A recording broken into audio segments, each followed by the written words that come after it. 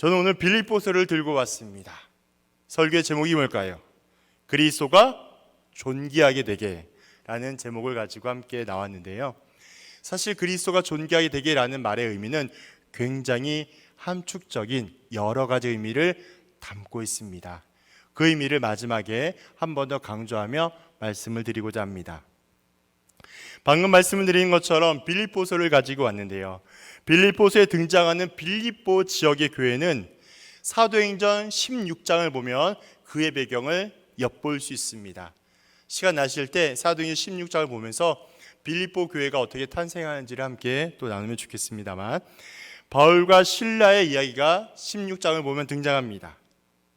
그때 바울과 실라는 꿈속에서 환상을 보고요, 마게도냐 지역으로 가게 되죠. 그곳에서 복음을 전하며 귀신 들린 자를 치유하다가 감옥에 투옥되는 일을 경험하게 되죠. 그때 바울과 실라는 감옥에서 좌절하거나 낙심하지 않았습니다. 오히려 지금의 시간을 하나님 앞에 철저히 인정하며 이 일로 인하여 하나님 앞에 온전히 교제하는 시간을 가지게 되었던 것이죠. 한번 상상해 보세요.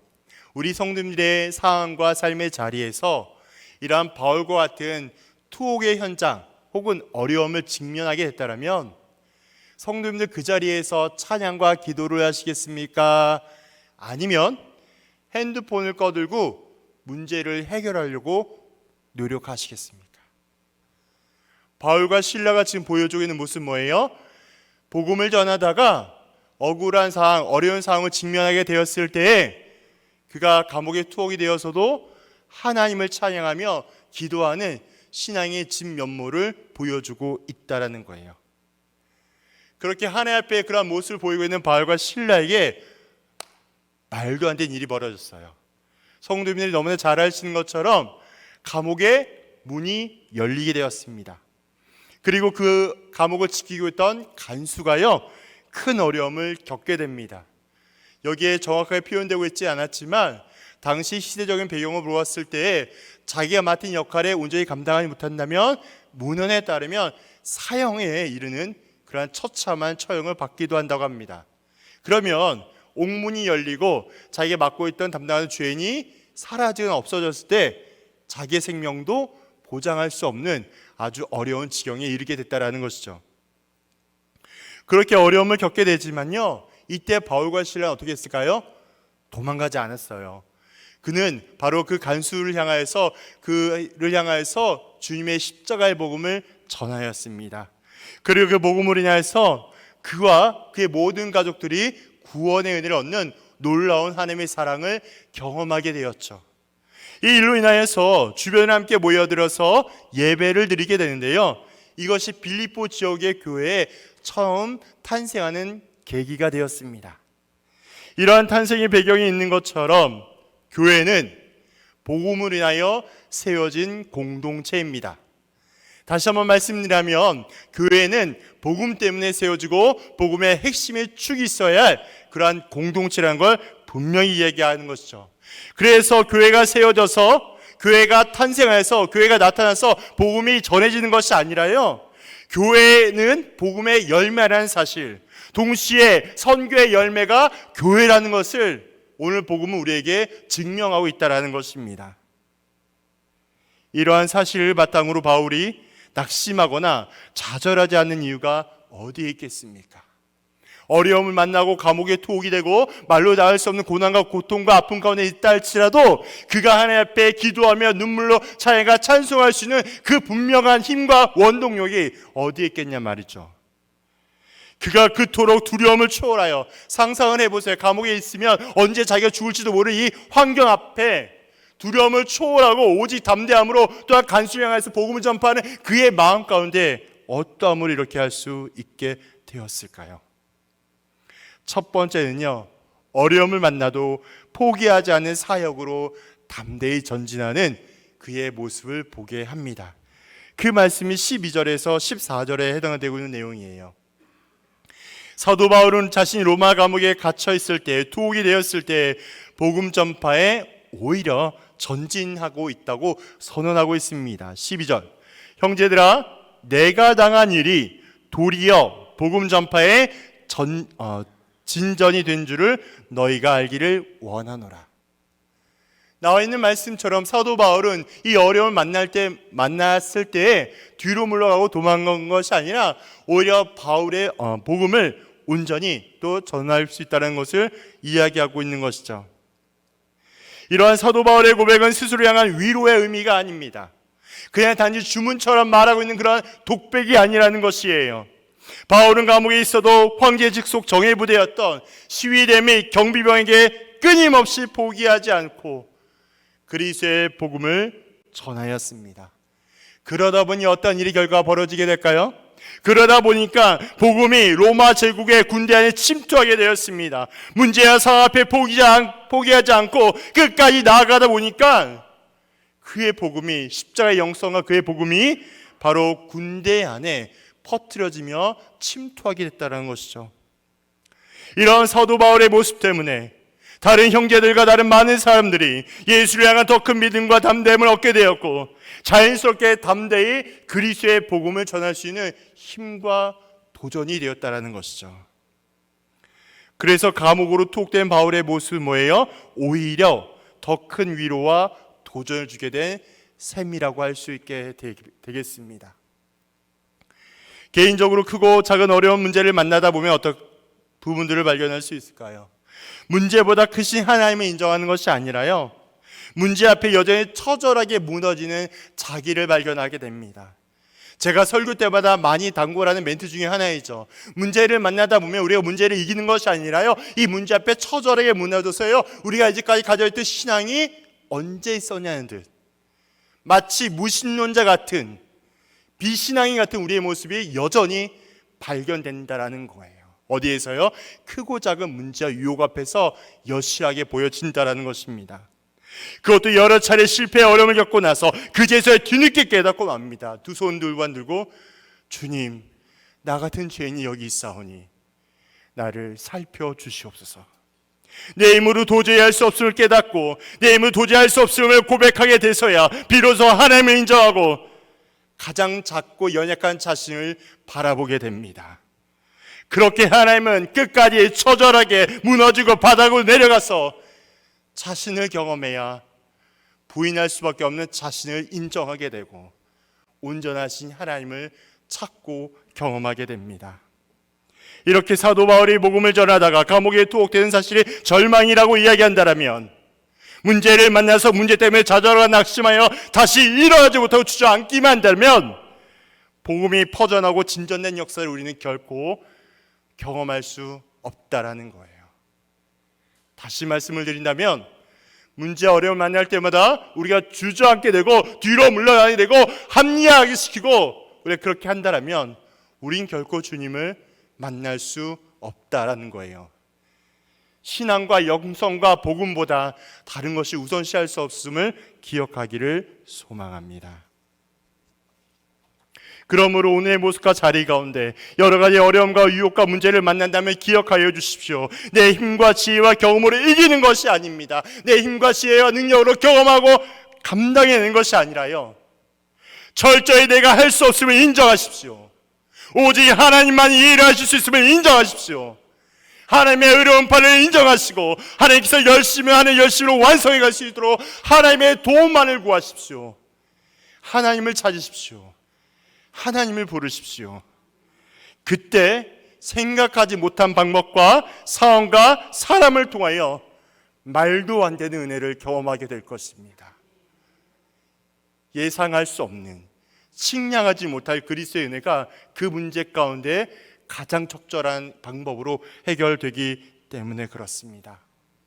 그러므로 문제를 만날 때마다 좌절하지 말고 낙심하지 말고 문제를 넉넉히 이기실 하나님을 기대하고 하나님을 소망하십시오. 두 번째는 싸우는 상황 가운데도 복음은 전해진다는 사실입니다. 싸우는 상황 가운데도 복음은 전해집니다. 그 말씀이 15절과 18절에 등장하고 있습니다. 복음을 전하는 동기를 살펴보면 그렇습니다. 하나님을 향하여 순수하게 사랑으로 복음을 전하는 사람이 있는가 반면에 시기와 다툼과 자신의 의로움을, 자신의 공로와 업적을 위하여 전하는 경우도 아주 덜어 극소수 발견할 수도 있습니다. 그런 경우가 바로 15절부터 등장하는 경우라고 할 수 있겠죠. 사도 바울이 감옥에 있을 때부터 빈틈을 타고 바울의 섬겨온 교회를 침범하기도 합니다. 이러한 상황은 바울을 향하여 시기와 질투하는 것이라고 할 수 있겠죠. 요즘 말로 하면 뭘까요? 꼬라지가 보기 싫은 거예요. 나보다 잘 되는 게 너무 싫은 거죠.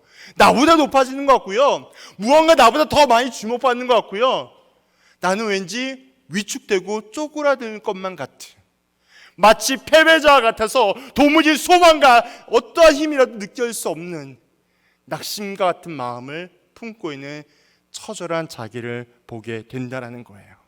말로는 하나님께 영광이라고 이야기하지만 자신의 생각에는 사람의 영광으로 받는 것이 착각이라 여기는 그러한 연약함을 여지없이 보게 된다는 거예요. 이러한 일이 벌어지고 이런 벌어진 것을 듣게 되었을 때 사도 바울은 어떻게 했냐? 바울은 그들을 향하여 증오하거나 미워하지 않았다라는 것입니다. 그들의 상황과 동기가 어떠하든지 거짓된 가르침이나 이단의 사상이 아니라면 오직 그리스도의 복음이 전파되는 것만으로도 자신은 기쁘고 기뻐하며 고백한다는 사도 바울의 고백을 볼 수 있습니다. 18절, 그러면 무엇이냐? 거칠어로 하나 참으로 하나 무슨 방도라든지 전파되는 것은 뭐예요? 그리스도니 이로써 나는 기뻐하고 또한 기뻐하리라. 바울의 고백처럼 바울은 어떠한 상황과 순간보다 지금 전해지고 있는 복음으로 인하여서 여러 가지 어려움과 고난을 만날 때마다 거기에 위축되거나 영향을 받는 것이 아니라 성실히 최선을 다하여 복음을 전하고 있는 복음의 사명과 사역자의 모습을 잃지 않는다라고 하는 거예요. 요즘에 청년부는 태국 선교에 함차 힘과 열을 내고 있습니다. 성도님들이 너무나 잘 알고 계시겠지만 그 과정이 순탄하지만은 않아요. 우리 부산에서 여전히 영적인 전쟁과 공격들이 수많이 있습니다. 아이들이 참여를 하지 못하거나 여러 가지 말 못한 고민과 어려움을 만날 때마다 담당하는 사역자로서 많이 힘겨움과 어려움을 만나지만 그때마다 하나님이 제게 주신 위로는 그럼에도 불구하고 사랑하며 또 사랑한다는 마음을 주시고 있기 때문입니다. 무슨 말이에요? 이 사역의 주인과 본질은 누구예요? 홍 목사가 아니라요, 제천 송도의 청년부가 아니라요, 하나님의 일이라는 거예요. 이 여름 사역의, 이 수련회, 이 선교의 모든 사역의 주인은 사람과 환경이 아니라 하나님이라는 사실을 끊임없이 말씀과 환경을 통하여 깨닫게 하신다라는 것입니다. 그것은 지금까지 복음을 전하고 교회를 세우며 제자를 키우던 모든 사역이 바울의 영광과 유익이 아니었다는 것을 증명하고 있는 장면이라고 할 수 있겠습니다. 아무리 보여지고 들려지게 대단한 것처럼 여기는 모든 사역의 열매와 상황들이 그들의 눈과 귀에 공로와 의로 여겨진다 할지라도 한 명의 성도와 신자가 온전한 예수의 제자가 된다라면 그걸로 족하다는 바울의 마음과 신앙과 신학이 녹아져 있다는 것을 우리는 말씀을 통하여 분명히 구별할 수 있다는 거예요. 그래서 바울은 오직 예수 그리스도의 영광과 복음의 전파를 위한 순수한 열정으로 모든 사역을 감당하고 있다는 것입니다. 바울의 능력과 지혜와 지식이 아니라요, 바울을 통해 일하실 하나님의 능력과 인도하심으로 그는 하나님의 사역을 능히 감당하고 있다는 것입니다. 우리는 이러한 바울의 고백과 행동을 기억해야 합니다. 하나님께서 은혜로 허락하신 모든 우리에게 준 재정, 돈, 건강, 가정, 요소, 그리고 교회의 사역과 봉사는요, 나를 위한 것이 아니에요. 나를 높여주거나 인정받거나 내가 무언가 남들보다 조금 더 잘나기 위해서 주신 것이 아니라요, 기억하십시오. 하나님을 위해서 쓰시는 거예요. 하나님 위하여서 사용받는 것이고요, 내 삶의 우선순위와 삶의 목표와 가치가 어디에 있냐면 나에게 있는 것이 아니라 하나님께 있음을 기억해야 하기 때문에 그렇습니다. 조금이라도 나를 위하여 사용되거나 쓰여지고 있다면 철저히 깨져야 하며 실패를 맛보아야 합니다. 무너지고 무너져야, 나약해지고 나약해져야 그제서야 비로소 하나님을 보는 눈과 귀를 경험하기 때문에 그렇습니다. 오히려 그래서 내게 잘 되는 것, 하나님 없이 내게 뭔가 잘 되는 것 같고 형통해지는 것 이 자체가 독이란 사실을 기억하십시오. 하나님보다 뭔가 우선시가 되고 어떤 가치가 먼저 세워지고 또한 내 삶의 예배와 신앙과 그 어떤 것보다 다른 것이 우선시 된다면 그 모든 것은 다 독입니다. 우리의 삶의 방향과 지표 어디냐? 오직 하나님의 나라와 영광, 복음, 그리고 교회에 있다는 것을 기억해야 하기 때문에 그렇습니다. 교만으로 쌓여진 모든 일들은 반드시 그 끝이 악으로 마무리되기 때문에 그래요. 매 순간마다 하나님께서 바라보시기에 기쁨이 아니요, 하나님께서 바라는 모습가 그 자리가 아니라면 지금 당장 그 자리에서 멈추시고 하나님께 집중하며 하나님께 채널을 맞춰 주십시오. 하나님께서 원하고 기뻐하는 자리로 방향을 되돌아 주십시오. 그렇게 하나님 중심, 성경 중심, 교회 중심으로 내 모든 방향과 설정을 맞추어야 하기 때문에 그렇습니다. 그리고 세 번째는 그럼에도 불구하고 하나님은 성실히 하나님의 구원을 이루어 가십니다. 그 말씀이 19절과 21절에 해당되고 있는 내용입니다. 사도 바울은 가뭄에 있음에도 불구하고 절대로 두려워하거나 부끄러워하지 않는다라고 고백하고 있습니다. 왜냐하면 자신을 위해 도고 기도하는 교회가 있고요, 성령님의 인도하심과 동행하심이 있기 때문에 지금의 자신의 어려움과 문제를 만날 때마다 외로워하거나 낙심하지 않는 이유가 성령님이 함께 하시기 때문에 그렇다라는 거예요. 그래서요, 저희가 끊임없이 반복하며 이야기 드리죠. 우리가 성경의 지식의 내용을 지적으로 알고 있다라면 우리에게 주시는 구원의 감격과 기쁨과 확신은 우리의 무엇을 이루어질 수 있는 것이 아니라 그런 감정적인 결단이 아니라요, 성령께서 은혜를 주신 우리의 믿음의 고백이며 자연스러운 반응이 되기 때문에 그렇습니다.